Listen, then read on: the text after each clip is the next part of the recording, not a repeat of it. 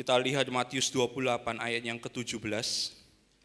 Ketika melihat dia, mereka melihat Tuhan Yeshua. Mereka siapa? Murid-muridnya. Menyembahnya. Tetapi beberapa orang ragu-ragu. Tuhan Yeshua mendekati mereka dan berkata, kepadaku telah diberikan segala kuasa di surga dan di bumi.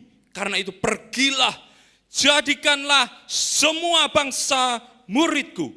Dan baptislah mereka di dalam nama Bapa, Anak, dan Roh Kudus. Dan ajarlah mereka melakukan segala sesuatu yang telah kuperintahkan kepadamu. Dan ketahuilah, aku menyertai kamu senantiasa sampai kepada akhir zaman.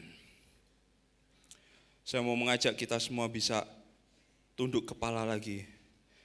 Tuhan, pagi hari ini, biarlah Engkau yang berbicara. Bukan karena kuat gagah kami, kemampuan kami. Sebagai manusia yang tidak mampu untuk melakukan perkara-perkara besar seperti yang Kau lakukan. Biarlah pagi hari ini firman-Mu benar-benar memerdekakan kami. Supaya Tuhan kami bisa mengetahui apa yang Kau inginkan untuk umat-Mu lakukan di dalam kehidupan setiap kami. Terima kasih, kami berdoa Engkau lingkupi setiap kami. Biarlah pagi hari ini kami bisa mengerti apa yang menjadi isi hati-Mu. Hanya di dalam nama Tuhan kami, Yeshua HaMasyiah yang sudah hidup dan mengalahkan maut. Mari kita semua yang percaya katakan, amin, amin. Saya yakin kita semua tahu tentang ayat ini. Saya yakin banyak orang bahkan hafal di luar kepala tentang ayat ini. Tapi masalahnya adalah, apakah kita benar-benar tahu maksud sebenarnya Tuhan itu apa? Maksud sebenarnya Tuhan berkata meninggalkan legacy kata-kata ini kepada murid-muridnya itu apa? Kalau kita nggak ngerti keadaan murid-muridnya waktu itu. Kita nggak ngerti bagaimana rasanya kita sebagai murid Tuhan Yeshua. Keadaan kita sebagai pribadi murid Tuhan Yeshua dan dengar guru kita, rabi kita bilang kalimat ini. Kita nggak bisa ngerti, kita nggak bisa tangkap, kita nggak bisa grab maksud esensi dari perkataan Tuhan Yeshua ini. Kalau kita tidak memposisikan diri kita sebagai murid-muridnya Tuhan Yeshua waktu itu. Banyak orang berkata tentang ini dan hafal, ya kan? Pergilah, jadikan semua bangsa muridku, baptislah mereka.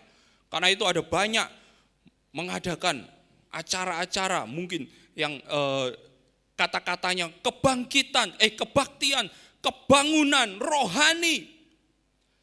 Saya bawakan ini minggu sore terakhir, saya bawakan tentang arti sesungguhnya dari revival itu apa? The true revival itu apa? Saya tanya sama mereka, siapa pernah ikut kebaktian kebangunan rohani KKR? Semua rata-rata pernah angkat tangan.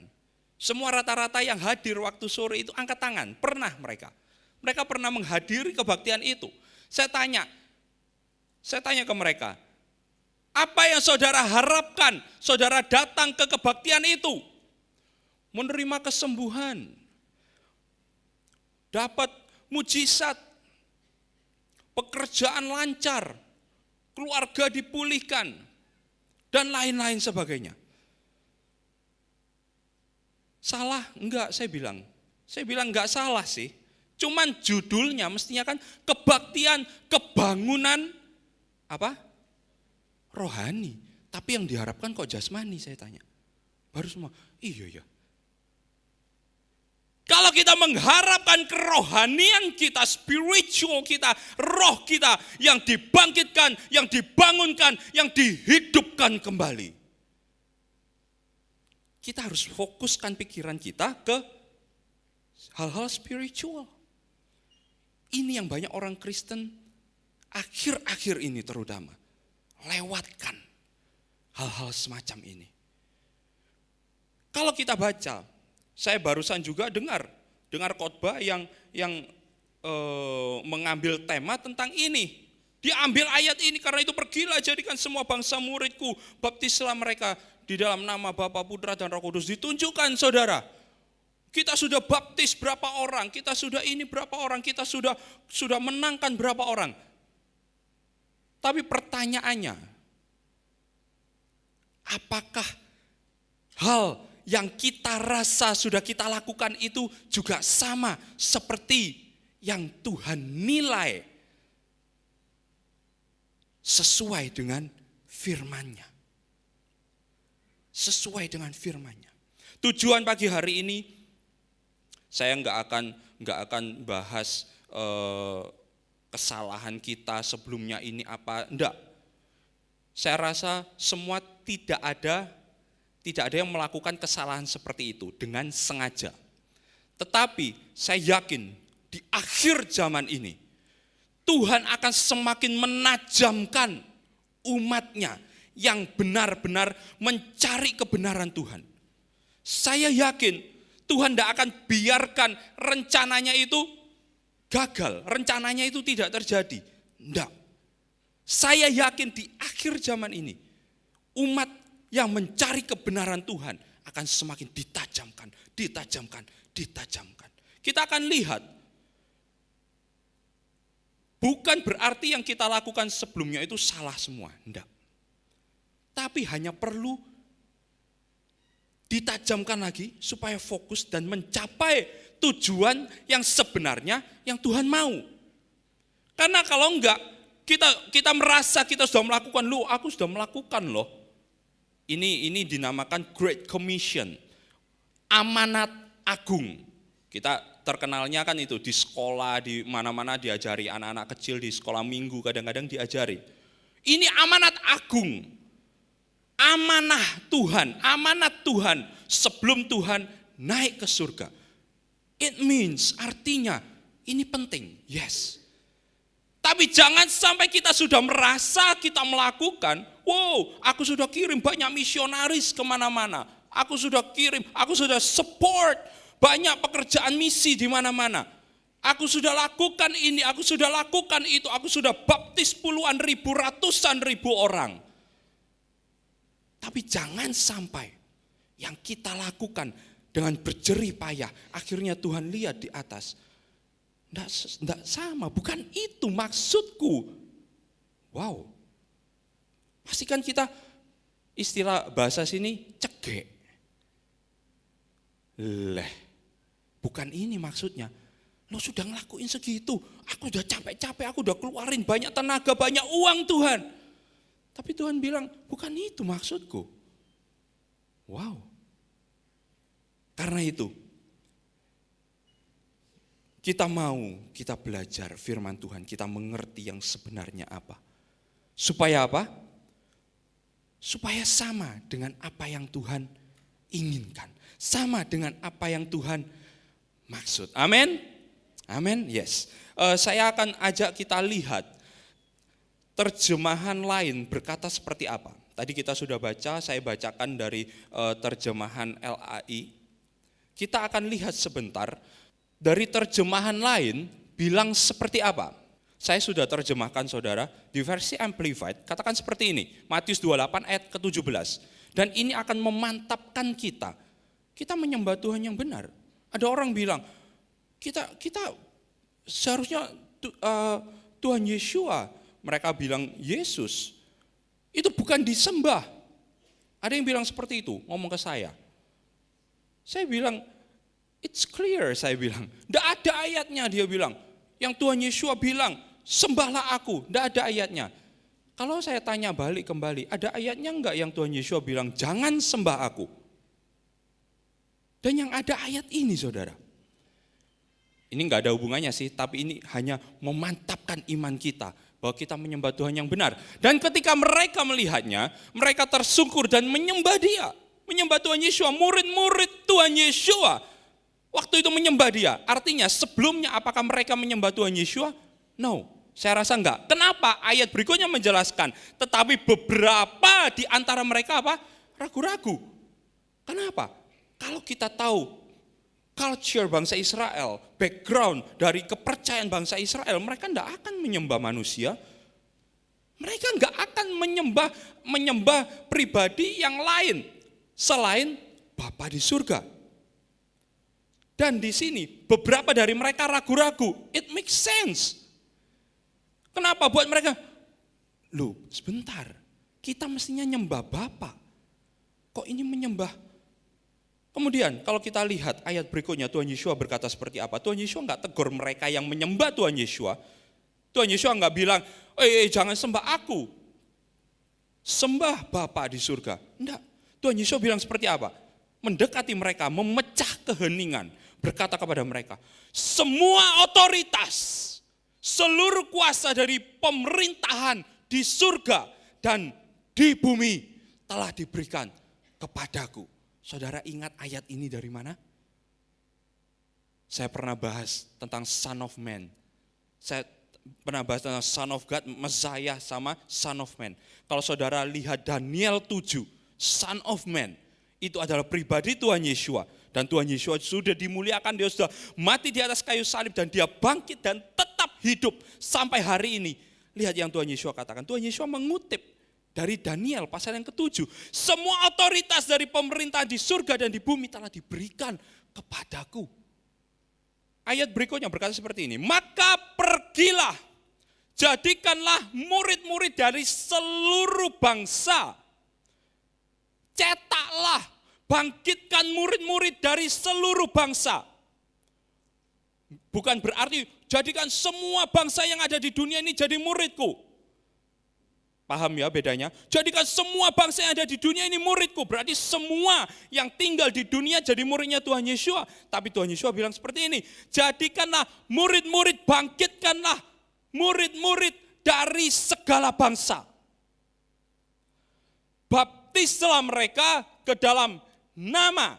Saya garis bawahi, ke dalam. Bahasa Inggrisnya into, ke dalam.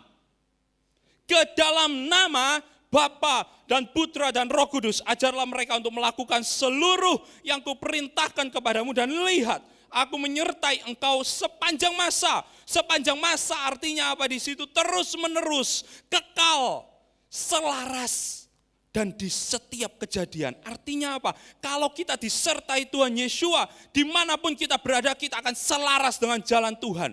Dan setiap murid-muridnya jalannya juga selaras, saudara.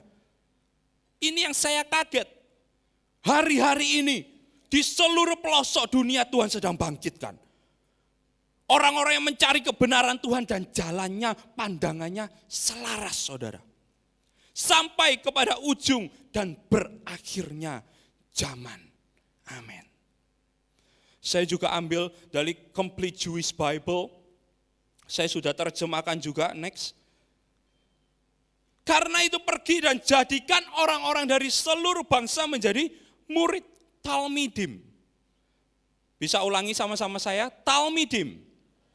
Talmidim ini artinya apa? Ini adalah bahasa Ibrani yang berarti murid, disciple. Talmidim. Karena ada im berarti dia jamak, saudara. Kalau akhiran im, ya kan, ot, itu menunjukkan jamak, plural, bukan singular. Saya kasih sedikit tips. Jadi kita bisa ngerti-ngerti dikit gitu ya.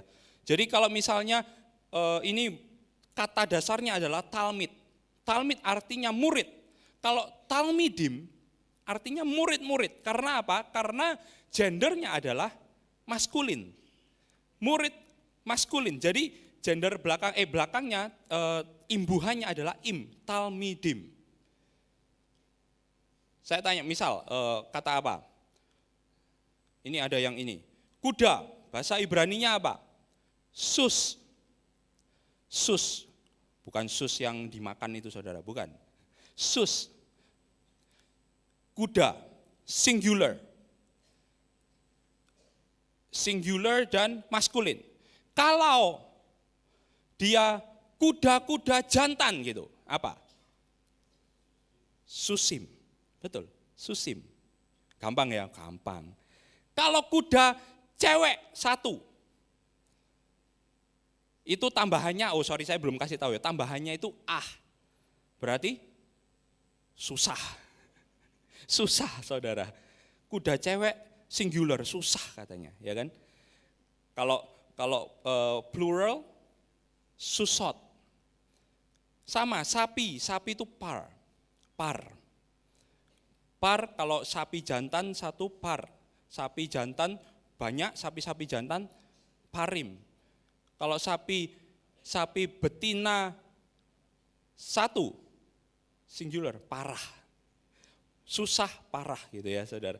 Kenapa saya ingat dua itu? Karena itu susah parah katanya. Oke, karena itu pergi dan jadikan orang-orang dari seluruh bangsa menjadi murid Talmidim. Baptis mereka, immersing katanya.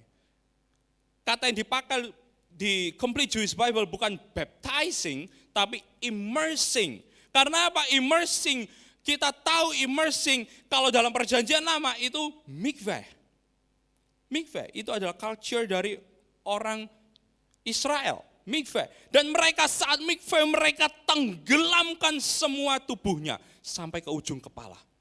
Jadi kalau saudara memperdebatkan, orang Kristen diperdebatkan, enggak apa-apa, baptis macam-macam. Baptis bolehlah tenggelam, kalau enggak bisa ya ini kan dikasih aqua gini sedikit, kalau enggak diiniin, kalau enggak ada yang pakai bendera saudara. Wow, ini enggak sesuai dengan firman Tuhan. Firman Tuhan bilang mikveh, kalau mikveh orang sana udah tahu, itu cemplungin semua, tenggelamkan semua, itu mikveh. Mereka ke dalam kenyataan di sini. Saya terjemahkan kenyataan, tapi saya nggak nemu kata-kata yang tepat itu apa. Diartikan di situ ditulis reality, kenyataan. Tapi kalau saya mungkin bisa kenyataan wujud, realita dan dimensi dari Bapa, Anak dan Ruach HaKodes. Ajar mereka untuk menaati semua yang kuperintahkan kepadamu dan ingat aku akan selalu bersamamu, ya bahkan sampai pada akhir zaman. Di sini kita lihat, saya nggak akan lama saudara, kita lihat elemen apa yang ada di sini. Kita lihat pertama seperti itu, kita istilah bahasa sini itu bahasa Jawa itu kita petani satu-satu. Petani itu apa ya enaknya? Preteli ya sama bahasa Jawa juga. Kita pisahkan satu-satu dulu, kita lihat secara spesifik satu-satu dulu, dan kemudian kita lihat, kita combine nanti. Maksudnya Tuhan bilang, Tuhan memberikan amanat agung ini apa? Maksud sebenarnya. Dan buat kita kembalikan ke diri kita udah ngelakuin belum? Kita sudah lakukan itu belum? Jangan kita kegeeran, kita udah ngelakuin, kita udah mengabarkan Injil, banyak orang percaya dibaptis. Tapi kita sudah benar-benar melakukan amanat Tuhan Yesus ini belum? Kita akan lihat. Yang pertama, elemen yang pertama di situ di semua ayat itu ada, kalau saudara baca ini saudara bisa temukan di Markus 16, di Lukas, di Yohanes, bahkan di Kisah 1 ayat 8, ini semua masih nyambung saudara. Konteksnya masih nyambung. Dan kita lihat kalau di situ esensi yang pertama, elemen yang pertama kalau kita lihat dari amanat Tuhan Yesus ini adalah pergi. Pergi dibilang, jadikan semua bangsa ya kan, pergi. Go. Apakah di sini artinya wah kita pokoknya harus pergi deh, kemana aja pergi deh. Banyak orang pikir, pergi. Jadikan semua bangsa, berarti kita mesti ke bangsa lain nih. Banyak orang Kristen pikir seperti itu. Akhirnya pokoknya pergi. Pokoknya pergi, di sana udah cerita tentang Tuhan Yesus. Wow, aku sudah melakukan amanat agung. Tapi yang dimaksud di sini punya arti yang lebih dalam. Kalau saudara tahu tentang kata aliyah, tentang kata kembali, pergi. Mereka bukan hanya pergi, tetapi pergi memiliki maksud dan tujuan yang spesifik. Apa? Untuk apa? Dan kalau saya simpulkan, bukan berarti yang sebelumnya ini salah saudara, yang sebelumnya kita mengerti itu salah, enggak. Tapi kalau kita pertajam lagi, di sini pergi artinya apa? Kita harus lakukan sesuatu. Kalau saya bilang, pergi bangkit dari tempat duduk saudara, pergi dari area nyaman saudara, pergi dari comfort zone saudara. Pergi, lakukan sesuatu, katakan sesuatu. Do something, say something. Lakukan sesuatu, jangan stagnan. Jangan diam. Itu maksudnya pergi. Elemen yang kedua, saya akan lebih fokus di elemen yang kedua dan ketiga. Kita lihat ayat, kalau saudara lihat di Markus 16, kita akan lihat sebentar aja saudara. Saya akan baca dengan cepat, Markus 16, ayat yang ke-15, lalu ia berkata kepada mereka, ayat yang ke-15, pergilah ke seluruh dunia, sama pergi, jangan tinggal diam. Pergi, katakan sesuatu, lakukan sesuatu. Beritakanlah Injil kepada segala makhluk. Elemen yang kedua yang saya katakan di sini adalah preach the gospel. Beritakanlah Injil, gospel. Seringkali kita pikir, orang Kristen pikir, saya Kristen dari lahir saudara. Kalau saya dengar kata Injil, beritakan Injil, cerita, beritakan Injil. Rata-rata. Kita akan pikir apa?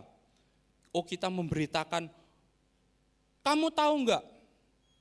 Ada orang yang berkorban untuk hidupmu. Mati di atas kayu salib. Menebus semua dosa. Dan mengalahkan maut. Kemudian kita katakan, namanya adalah Yeshua. Seringkali fokus dari Injil, gospel, adalah pengorbanan Tuhan Yeshua. Hanya kepada pengorbanan Tuhan Yeshua.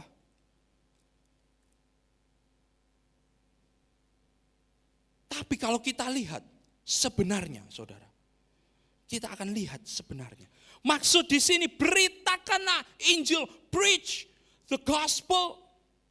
Kita lihat dulu kata gospel, Injil. Bahasa aslinya adalah evangelion, evangelion ya, evangelize. Kenapa dalam bahasa Inggris dikatakan evangelis, ya kan? Evangelis artinya pekabar Injil, evangelize, mengabarkan Injil. Itu dari kata ini. Itu mestinya cara bacanya katanya euangelion. Oke. Artinya itu bukan hanya, saya garis bawahi, bukan hanya berita tentang kematian dan pengorbanan dan penebusan Tuhan Yeshua. Enggak. Kenapa saya berani bilang seperti itu?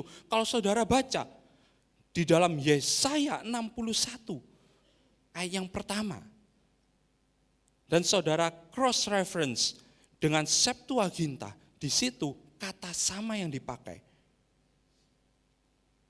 kata Injil. Karena Injil artinya apa? A good message, berita baik, berita yang menyenangkan. A good message, arti dari gospel.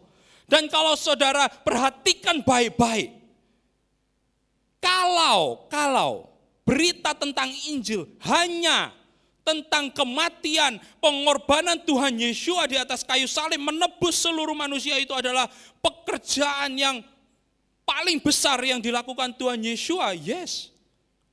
Tapi bukan hanya itu. Karena apa? Tuhan Yeshua bilang di dalam Matius 4 ayat 23, dia belum mati di atas kayu salib. Tapi Tuhan Yeshua ditulis di situ, dia pergi ke sinagog dan dia memberitakan Injil, memberitakan kabar baik. Loh, Tuhan Yeshua loh, dia belum berkorban loh, Dia belum mati di atas kayu salib loh. Dia belum menebus umat manusia loh. Belum. Matius 4 ayat 23 belum. Dan kalau saudara lihat ada banyak ayat yang sebelum Tuhan Yesus disalibkan, sebelum Tuhan Yesus berkorban, sebelum Tuhan Yesus menebus dosa umat manusia, ada banyak ayat yang menuliskan dia pergi ke sinagog, dia memberitakan Injil. Pertanyaannya, dia memberitakan apa berarti? Ya enggak? It means dia beritakan apa? Karena asumsi kita sebelum ini, pandangan kita sebelum ini, atau secara spesifik pandangan saya sebelum ini, memberitakan Injil, it means memenangkan seseorang. Dengan bercerita tentang pengorbanan Tuhan Yesus, dia sudah ditebus hidupnya, sudah dibayar lunas. Tapi dibilang sebelum berkorban Tuhan Yesus, dia juga mengabarkan Injil. Artinya Injil apa yang dia kabarkan? Berita apa yang dia sampaikan, yang dia khotbahkan, yang dia beritakan kepada orang Israel pada waktu itu, pada zaman itu, pada waktu ia menapakkan kaki di atas muka bumi ini, dia memberitakan Injil. Pertanyaannya, Injil apa yang dia beritakan? Enggak mungkin dia beritakan tentang pengorbanannya karena belum terjadi. Dia beritakan tentang penebusannya, rencana penebusannya belum terjadi. Belum terjadi. Karena itu kita enggak bisa lihat Injil, kita ngomong memberitakan Injil, itu hanya, saya bilang, hanya kepada pengorbanan Tuhan Yesus. Hanya kepada penebusan Tuhan Yesus. Enggak. Injil enggak berhenti sampai di situ. Dan tidak hanya berisi seperti itu. No. Ternyata enggak, saudara. Berita baik. Kita kan pikir, wah ini berita baik. Karena Injil adalah kabar baik artinya. Kabar baik. Sekarang sudah datang Mesias yang menebus dosa manusia. Gimana Tuhan Yesus memberitakan kabar baik seperti itu karena dia belum berkorban. Dia belum menebus dosa manusia waktu dia berjalan di atas muka bumi. Kalau kita lihat baik-baik, saya waktu itu saya doa Tuhan, apa ya, berarti apa? Kita Injil ini apa? Kabar baik ini apa? Kalau saudara lihat baik-baik, kata Evangelion ini juga muncul di Perjanjian Lama, ada di Samuel. Cerita itu tentang apa?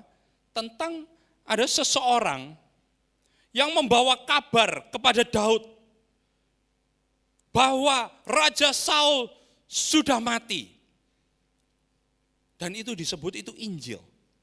Disebut itu kabar baik. Bahasa aslinya bilang itu kabar baik. Waktu itu saya renungkan, padahal kan mestinya kita tahu kabar baik untuk siapa? Untuk Daud. Untuk anaknya Saul itu bukan kabar baik saya rasa. Berarti Injil di sini bilang tentang kabar baik untuk pribadi spesifik, untuk keadaan keadaan waktu dalam kurun waktu yang spesifik dan berguna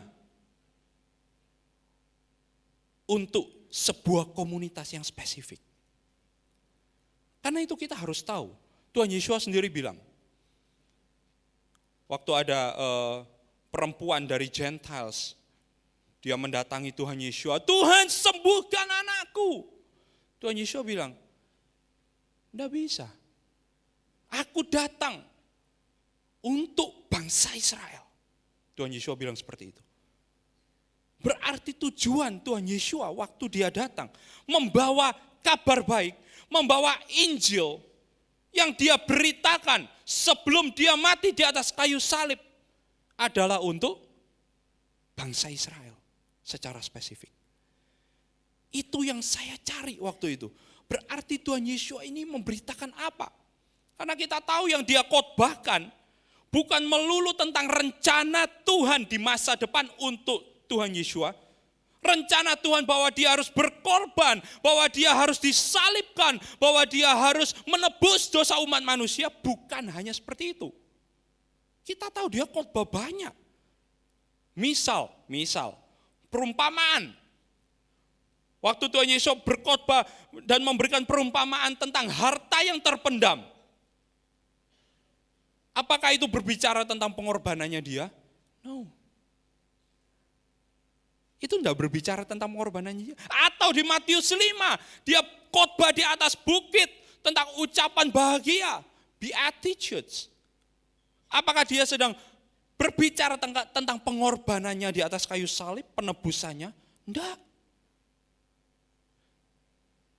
Waktu dia berkeliling ke sinagog, apakah dia melulu berkhotbah tentang itu? No. Enggak. Karena itu kita harus mengerti. Saat kita memberitakan Injil, preach the gospel, kita harus mengerti Injil mana yang kita beritakan. Dan apakah itu sesuai dengan yang Tuhan mau? Jawabannya adalah di sini. Kalau dirangkum secara spesifik, yang ada satu penulis yang saya kaget waktu saya baca tentang tulisan Rasul ini. Wow, ternyata ini jawabannya yang saya cari selama ini. Ini artinya Injil. Kita lihat sama-sama. Kita buka di dalam 1 Petrus. Ternyata Rasul Petrus yang menulis tentang hal ini. 1 Petrus 1 ayat yang ke-25. Kita akan lihat versi bahasa Indonesianya ya saudara. Saya keliru ke 2 Petrus tadi. Kok saya enggak nemu saya pikir. 1 Petrus 1 ayat yang ke-23. Karena kamu telah dilahirkan kembali bukan dari benih yang fana, tetapi dari benih yang tidak fana, oleh firman Tuhan yang hidup dan yang kekal. Sebab semua yang hidup adalah seperti rumput dan segala kemuliaannya seperti bunga rumput. Rumput menjadi kering dan bunga gugur, tetapi firman Tuhan tetap untuk selama-lamanya. Inilah firman yang disampaikan Injil, Gospel, Injil, Evangelion kepada kamu. Kalau kita lihat di sini dari ayat ini, dari 3 ayat ini, saya akan terjemahkannya langsung saudara. You have been regenerated, born again. Kamu sudah dilahirkan kembali. Not from a mortal origin, bukan dari asal yang fana seperti kita, manusia biasa. Mortal itu manusia biasa, fana. But from one that is immortal, dari seseorang yang kekal, tidak bisa mati, immortal, by the ever living and lasting word of God. Kita tahu dari ayat yang ini, 23. Kita dilahirkan kembali, dilahirkan kembali bukan dari yang fana, dari manusia biasa, mortal, tapi dari sesuatu yang immortal, yaitu adalah living and lasting word of God. Firman Tuhan yang hidup. Saudara tahu siapa firman yang hidup? Tuhan Yesus. Kita dilahirkan kembali dari Tuhan Yesus. Bukan dari manusia fana, tapi dari Tuhan Yesus. Dari Tuhan Yesus. Ini ayat yang ke-23. For all flesh, mankind is like grass, and all its glory honor like the flower of grass. The grass withers and the flower drops off. Seperti terjemahnya yang tadi, saudara sudah baca ayat yang ke-24. Tapi kalau saudara lihat baik-baik, di sini Petrus bukan berarti, Petrus itu puitis ya. Dia pakai kasih-kasih puisi gitu ya. Pakai kasih-kasih puisi. Wah, puitis. No. Dia ambil ini, dia quotes. Dia ambil quotes ini dari mana? Dari Yesaya pasal 40. Ternyata ini adalah ayat. Dia ambil dari Yesaya 40. Dia ambil dari scriptures, dia ambil dari tanah. Dia ambil dari perjanjian lama. Dia tulis. Ayat yang ketiga, but the word of the Lord, tetapi firman, kata-kata dari Tuhan, divine instruction, instruksi ilahi, the gospel, yaitu Injil, endures forever, akan tetap untuk selamanya, tidak akan lekang oleh waktu. Dan this word is the good news which has preached to you. Dan firman ini adalah berita baik, kabar baik Injil yang diberitakan kepada kamu. Saya tanya, yang memberitakan, yang nulis ini siapa? Petrus. Berarti yang memberitakan ini, yang preach ini siapa? Petrus. Dan kita baca tulisan Paulus, kita baca tulisan Yohanes. Mereka yang diurapi oleh Tuhan, tulisan-tulisan mereka, kita baca itu semua. Dan dari ayat ini, saya simpulkan, arti dari Injil yang sesungguhnya itu apa? Saya simpulkan. Yang pertama benar, itu adalah pribadi Tuhan Yesus. Jadi saat kita memberitakan Injil, kita memberitakan pribadi Tuhan Yesus. Tapi bukan hanya pengorbanannya, bukan hanya waktu dia disalib, bukan hanya waktu dia menebus dosa umat manusia. No. Tetapi bagaimana waktu dia selama hidup di atas muka bumi, bagaimana dia raise next generation of disciples, bagaimana dia membangkitkan generasi murid-murid berikutnya setelah dia, bagaimana dia menjadi pemimpin, bagaimana dia hidup, dan bagaimana dia menerjemahkan firman Tuhan. Dan kenapa dia datang ke dunia? Bahkan sampai siapa pribadi Tuhan Yesus sebenarnya? Itu yang kita beritakan. Bukan hanya kematiannya, bukan hanya pengorbanannya. Itu bagian dari hidup Tuhan Yesus. Tapi hidup Tuhan Yesus bukan hanya waktu dia di atas kayu salib. Hidup Tuhan Yesus ada 33 tahun di atas muka bumi sebelum dia disalibkan.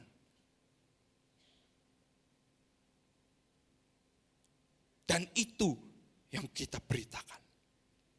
Yang pertama, tentang pribadi Tuhan Yesus. Seluruhnya. Termasuk bagaimana dia hidup. Termasuk bagaimana hubungan dia dengan murid-muridnya. Termasuk semua itu, saudara. Dan yang kedua, poin yang kedua, Injil dari ayat 1 Petrus ini, saya bisa simpulkan.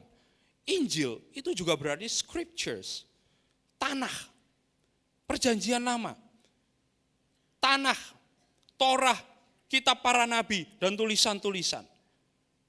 Torah, Naviim, Ketuvim, tanah. Tetapi dengan pandangan yang benar. Karena apa? Saat Tuhan Yesus dia jalan di atas muka bumi, dia pergi ke sinagog dan dia menegur orang-orang Farisi, ahli-ahli Taurat. Apa yang dia tegur? Dia menegur tentang bagaimana ahli-ahli Taurat itu menginterpretasikan tanah Tuhan dan menyelewengkan penafsiran itu. Itu yang dia tegur. Dan dia membawa kabar baik, yaitu apa? Israel. Selama ini engkau berada di bawah otoritas yang menyelewengkan Torah Tuhan. Tapi kabar baik, Tuhan Yeshua datang di atas muka bumi, berjalan di antara bangsa pilihan untuk apa? Membawa penafsiran, membawa cara pandang Torah yang dari Tuhan. Bagaimana kita melihat Torah sebenarnya? Bagaimana kita menjalani Torah sebenarnya? Karena itu apa? Dia khotbah enggak cuma tentang pengorbanannya. Dia bahkan khotbah, dia menyinggung, Tuhan Yesus menyinggung tentang perceraian. Di situ dia menunjukkan orang-orang Farisi, ahli-ahli Taurat, salah menginterpretasikan, salah menaruh prioritas. Itu yang Tuhan Yesus luruskan. Itu yang Tuhan Yesus luruskan. Dan itu kabar baik yang dia bawa waktu dia datang ke dunia. Ya, dia adalah Mesias, itu kabar baik, yes. Enggak hanya itu, tapi Mesias juga membawa bagaimana memandang, membaca, menginterpretasikan, dan menghidupi Torah Tuhan dengan benar. Itu salah satu tugas Mesias. Dan yang ketiga, Injil yang sebenarnya, itu juga khotbah-khotbah, perkataan-perkataan yang keluar dari mulut murid-muridnya. Saya bilang murid-murid Tuhan Yeshua. Artinya kalau saudara dan saya adalah murid Tuhan Yeshua, apa yang kita katakan, ini memiliki dampak. Saya yakin ini memiliki kuasa. Tapi untuk menjadi murid Tuhan, tidak gampang. Tidak gampang. Dan untuk memberitakan Injil yang seperti ini, tidak gampang saudara. Tantangan yang kita hadapi, wow. Akan besar. Kalau saudara baca di Kisah 1 ayat 8, Tuhan Yesus bicara apa? Dan beritakanlah Injil ini mulai dari Yerusalem ke Yudea, ke Samaria, dan ke, enggak ada yang hafal, ke ujung bumi. Seringkali, saya barusan dengar khotbah juga, interpretasi kita hanya sampai pada area. Salah? Enggak salah saudara. Tapi ada lebih dari itu. Area, ya kan? Yerusalem, Yudea, lebih luar sedikit. Kemudian Samaria, wah itu luar, ya kan? Sampai kemudian ujung bumi. Tapi kenapa spesifik kalau bicara tentang area? Kenapa Yudea? Kenapa enggak yang lain? Kenapa enggak Aram mungkin? Oh, Aram udah di luar Israel ya. Kenapa enggak yang lain? Enggak daerah yang lain yang di luar, kenapa Yudea? Karena saya rasa, kalau saudara memposisikan diri saudara sebagai murid Tuhan, Yeshua waktu itu, berarti saudara orang apa? Orang Israel, orang Yahudi. Saudara keep Torah, saudara berjalan bersama Tuhan Yeshua dan melihat bahwa dia Mesias. Dan saat Tuhan Yeshua bilang, beritakan Injil, Yerusalem. Yerusalem isinya siapa aja? Ya orang Israel kebanyakan. Misal nih, kita tinggal di Yerusalem. Kita kesulitan enggak cari makanan kosher? Ya enggak. Rata-rata di sana pasti jual makanan kosher pasti. Pasti dong. Kita di sini aja kita harus pilih-pilih, ya enggak? Tanya, ini daging apa nih? Babi, waduh enggak bisa makan nih. Ini sate apa nih? Babi, wah enggak bisa. Ini gorengnya pakai minyak apa nih? Ya enggak saudara? Kita yang di sini kesulitan. Tapi kalau kita ke Yerusalem, rata-rata mereka akan jual makanan kosher, pasti. Lifestyle mereka ya lifestyle orang-orang Yahudi pada umumnya, orang-orang Israel gaya hidupnya. Artinya murid-murid mendapat banyak tantangan enggak? Saya rasa enggak. Kenapa? Di Yerusalem. Mereka comfortable dengan area itu. Orang-orang yang sebangsa dengan mereka. Yudea, kalau saudara belajar baik-baik di Yohanes, siapa yang menyalibkan Tuhan Yesus? Kalau terjemahan kitab kita bilang orang Yahudi. Alasan itu yang membuat Hitler akhirnya bunuhin orang Yahudi. Semua. Padahal kata yang dipakai di situ adalah Yudaioi. Yudaioi. Yudaioi kalau diterjemahkan mestinya fairnya itu Judeans. Orang-orang dari Yudea. Tapi kalau saudara ngerti di balik semua itu adalah kumpulan elit. Pemimpin-pemimpin yang berasal dari Yudea. Yudaioi. Artinya apa? Tuhan Yesus bilang, jangan berhenti sampai di Yerusalem. Kamu harus keluar dari comfort zone-mu. Kamu harus confront mereka. Bilang kepada mereka. Yudea, orang-orang yang di Yudea, Yudaioi. Bilang kepada mereka apa yang sudah mereka lakukan. Kemudian saudara tahu, setelah Yudea, Samaria. Lebih luar lagi, benar. Tapi saudara akan menghadapi, kalau saudara sebagai murid Tuhan Yesus waktu itu, saudara akan menghadapi tantangan yang lebih lagi. Karena apa? Kalau saudara ngerti, waktu itu Samaria dan orang-orang Yahudi, Israel, itu seperti hubungan mereka. Ada satu buku yang menulis, hubungan orang-orang Samaria dan orang Israel waktu zaman Tuhan Yesus, itu sama seperti hubungan Israel sekarang modern dengan negara-negara Arab. Ada satu penulis yang menyelaraskan, membandingkan hubungan Samaria dan orang-orang Yahudi waktu itu di zaman Tuhan Yesus sama dengan hubungan Israel sekarang dengan negara-negara Arab sekarang. Itu 3 hal yang bisa kita belajar dari mengabarkan Injil. Saya akan cepat. Poin yang ketiga adalah pergi, beritakanlah Injil, jadikan semua bangsa murid. Jadikan murid, bangkitkan murid-murid dari semua bangsa. Fokus saya di sini yang perlu saya garis bawahi di sini adalah murid. Jadikan murid.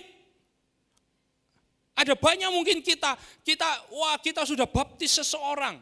Kita sudah ini ya kan, ini poin yang keempat, mungkin saya akan bahas kalian. Baptis mereka ke dalam baptis. Saya pernah didatengin sama satu anak youth. Dia kritik saya terima. Dia bilang seperti ini, aduh kok bulet banget, mau baptis saja pakai, mesti ikutan kelas, mesti ikut pembinaan, mesti ikut ini, mesti ketemu itu. Loh saya pertama bingung. Loh, memangnya kenapa? Lu udah gak usah pakai gitu-gitu. Kan langsung aja dibaptis, dibawa ke kolam baptisan, dicelupin sudah. Dia sudah jadi milik Tuhan. Saya agak diam sebentar saudara. Saya bilang gini, oke, gini deh. Kalau kayak gitu, apa bedanya sama kita pergi berenang di kolam renang, ngajak aja pendeta kita ya kan, suruh celupin kita di kolam renang. Celupin gitu. Apa bedanya saya bilang. Terus dia diem. Karena saya berani bilang saudara, baptisan, seseorang dibaptis tanpa pengertian, saya berani bilang percuma. Serius. Mungkin ini radikal untuk beberapa orang Kristen. Karena apa? Karena berabad-abad kita diajarkan bahwa kalau kamu gak dibaptis, kamu gak akan selamat. Memang. Tapi kalau kamu dibaptis tanpa pengertian, tanda tanya juga saudara. Karena kita harus memahami arti baptisan yang dimaksud di sini itu apa? Mikveh. Karena sudah berabad-abad yang mulai siapa? Konstantin saya bilang. Dia nggak mau dibaptis sampai pada akhir hidupnya dia mau meninggal. Karena apa? Dia bilang, biar tak kumpulin dulu dosanya semua, terakhir dibaptis, Mau mati dibaptis masuk surga langsung. Lu itu kan maunya dia. Firman Tuhan bilang seperti itu enggak? Enggak. Akhirnya dia di atas ranjangnya. Dia enggak bisa dicelupin lagi. Ambil nih gelas, dipercikin. Itu asalnya. Ada baptisan macam-macam. Padahal kalau kita ngomong sama orang Yahudi, mikveh. Masa bisa kita ambil botol aqua, oh kamu sekarang mikveh ya, saya ambil sedikit, cek gitu. Udah kamu udah mikveh nih. Dia ketawa saudara. Kenapa? Dia tahu arti mikveh itu seperti apa. Saya bilang sekali lagi, seseorang jika dia dibaptis tanpa pengertian, tanpa kesadaran yang sepenuhnya, kenapa dia dibaptis? Saya bilang, percuma. Serius. Saya berani bilang, percuma. Karena apa? Karena amanat agung Tuhan sendiri bilang, apa? Pergi, jadikan apa? Murid, baru baptis. Baptis dulu apa jadi murid dulu? Baptis dulu apa jadi murid dulu? Jadi murid dulu baru baptis kok. Bukan pergi, baptis mereka semua, kemudian jadikan murid. Enggak. Tuhan bilang pergi, jadikan murid, baptis mereka. Makanya saya berani bilang, kalau menurut firman Tuhan, baptisan tanpa jadi murid, tanpa pengertian, percuma saya bilang. Percuma, useless. Seperti kita renang gitu aja ya, menyelam gitu. Apa bedanya saya bilang? Gak ada bedanya. Kenapa? Tanpa pengertian. Belum jadi murid sudah dibaptis. Gak bisa. Karena firman Tuhan bilang, jadikan murid. Baru baptis mereka. Baptis mereka. Nah, jadikan murid. Di sini artinya, saya akan cepat. Murid di sini artinya kita sudah baca semua tadi, talmidim. Kalau kita talmidim di sini, kalau saudara baca semua isi firman Tuhan, Tuhan Yesus bilang imitate Tuhan, tirulah Tuhan. Paulus bilang tirulah aku karena aku meniru Tuhan Yesus. Membangkitkan murid yang lain. Saya baca ada satu buku yang sangat baik, saya pikir baik. Di situ dia simpulkan, ada satu tulisan dia simpulkan. Menjadi murid, hubungan murid dan rabi pada waktu zaman Tuhan Yesus itu bisa disimpulkan seperti ini. Hubungan murid dan rabi waktu zaman Tuhan Yesus itu bisa disimpulkan seperti ini. 4 kewajiban murid dia tulis. Saya pikir ini baik banget dan ini ada dasar ayatnya semua saudara, hanya saya mungkin gak sempat bahas semua. Yang pertama, dia menghafalkan kata-kata rabinya, dia memorize words of their rabbi. Kenapa mereka memorize? Karena zaman dulu belum ada alat rekaman. Karena zaman dulu belum ada kita bisa ketik cepat gitu ya. Belum. Karena itu mereka harus hafal. Itu kenapa anak-anak kalau di Israel mereka suruh hafalin Torah. Umur 13 mereka hampir semua Torah mereka hafal. Hampir ya. Mereka hafal. Yang kedua, murid talmidim. Dia mempelajari, dia learn kebiasaan budaya. Kebiasaan budaya dan cara penafsiran rabinya. Kalau saudara tahu histori ya kan ada School of Hillel, ada School of Shammai, itu rabi yang hidup sebelum Tuhan Yesus. Masing-masing punya murid dan masing-masing punya interpretasi. Kadang-kadang interpretasinya beda, termasuk dalam hal perceraian.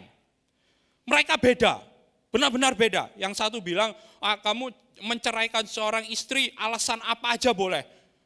Sampai makanan gak enak aja, itu boleh dijadikan alasan menceraikan istrinya. Serius. Tapi yang satu, rabi yang satu bilang gak bisa.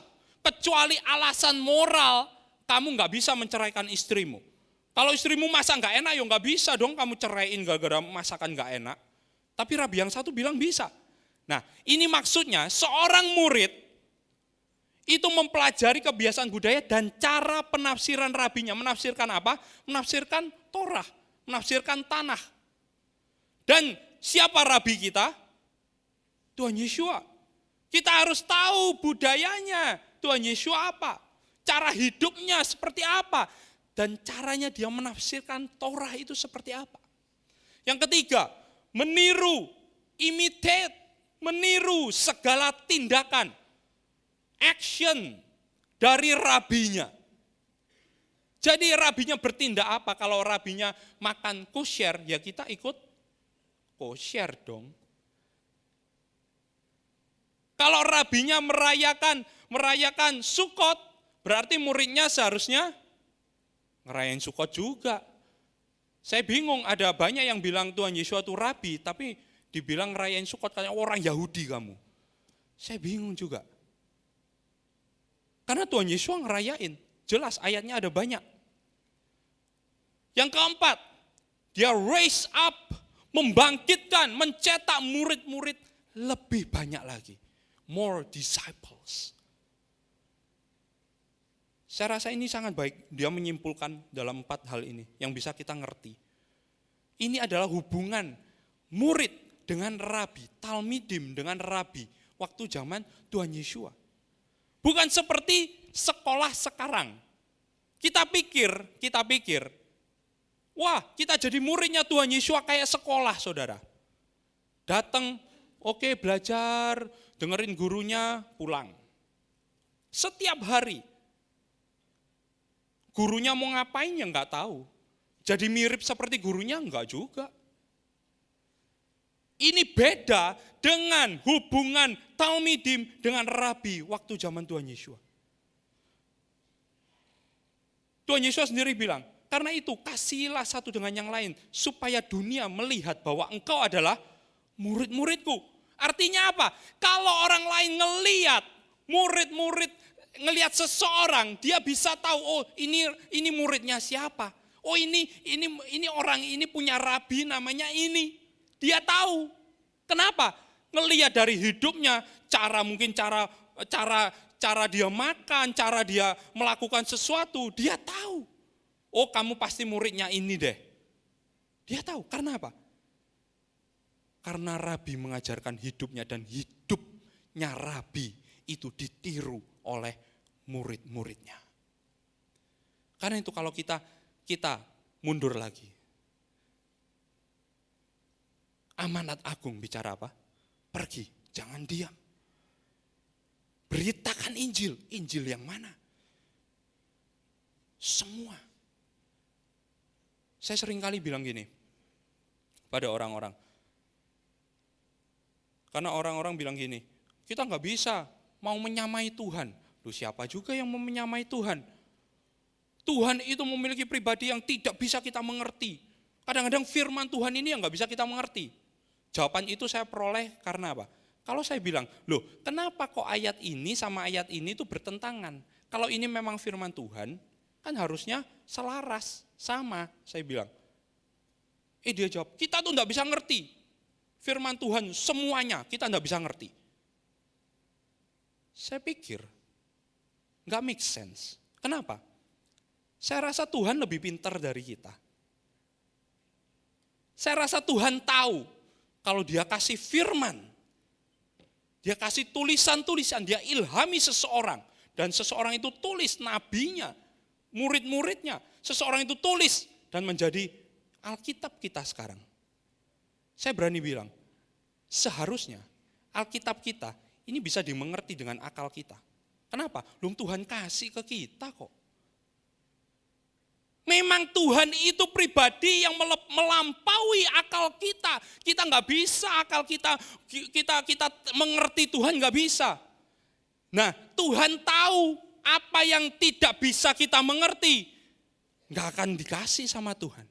Tapi kalau dia berikan firman Tuhan, saya yakin firman Tuhan ini dari Alef sampai Taf. Dibilang dari alfa omega, dari awal sampai akhir. Ini make sense. Bisa dimengerti oleh akal kita. Karena apa? Dia berikan untuk kita. Yang kita nggak bisa ngerti, mungkin kita nggak bisa lihat, mungkin kita alami tapi kita nggak lihat. Mungkin. Itu nggak bisa kita ngerti. Nggak akan ditulis, nggak akan diberikan sama kita. Enggak. Saya yakin, firman Tuhan diberikan Tuhan kepada kita. Supaya kita mengerti, kita jalani, kita hidupi. Supaya apa? Semuanya, tanah, semuanya mengarah ke Tuhan Yesus untuk membawa kepada keselamatan. Tapi Tuhan Yesus bilang apa? Akulah, Yohanes 14 ayat 6, akulah jalan kebenaran dan hidup. Tidak ada seorang pun datang ke Bapa. Ke Bapa. Kalau tidak melalui aku. Semua otoritas di surga dan di bumi sudah diberikan kepada anak manusia.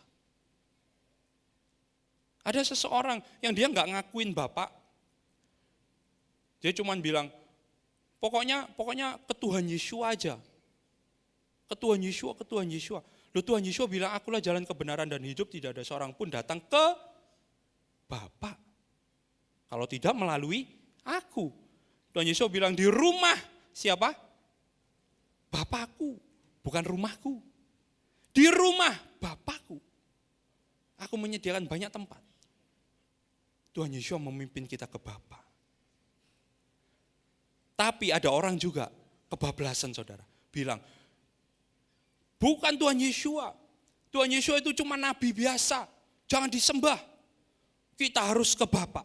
Saya pikir itu juga melanggar firman-Nya Bapa. Di Daniel 7 sudah dibilang. Semua otoritas di surga bumi sudah diberikan kepada anak manusia, Tuhan Yesus. Supaya di hadapan nama itu semua lidah mengaku, semua lutut bertelut. Artinya kalau seseorang mau datang langsung ke Bapa tanpa Tuhan Yesus, berarti dia juga menentang perintahnya Bapa, saya pikir. Karena itu, kita harus mengabarkan Injil yang sebenarnya. Bukan hanya tentang pengorbanan Tuhan Yesus, tapi semuanya. Pergi jadikan semua bangsa muridku. Murid harus jadi murid. Kalau dibaptis untuk ke gereja, apakah sudah jadi murid? Pertanyaannya, patokannya apa? Apakah sudah jadi sama seperti Tuhan Yesus? Tindakannya, makanannya, merayakannya, interpretasinya, penafsirannya, apakah seperti Tuhan Yesus? Kalau sudah, itu artinya kita sudah jadi murid. Amin. Karena itu, ayo saya ajak kita semua, kita bisa memahami hal ini. Dan ini memotivasi kita untuk menyelaraskan kita kepada rencana Bapa. Yaitu apa? Yaitu apa? Kedatangan Tuhan Yesus yang kedua. Untuk itu, amanat agung ini harus dipenuhi. Injil ini akan keluar kepada bangsa-bangsa dan akan kembali kepada bangsa pilihan. Kalau Tuhan Yesus bilang, pergi jadikan semua bangsa, artinya bangsa Yahudi juga bangsa enggak? Yes. Dan itu adalah final. Kita udah ngerti tentang hal itu dan itu adalah tujuan yang Tuhan berikan kepada semua kita. Amin. Amin.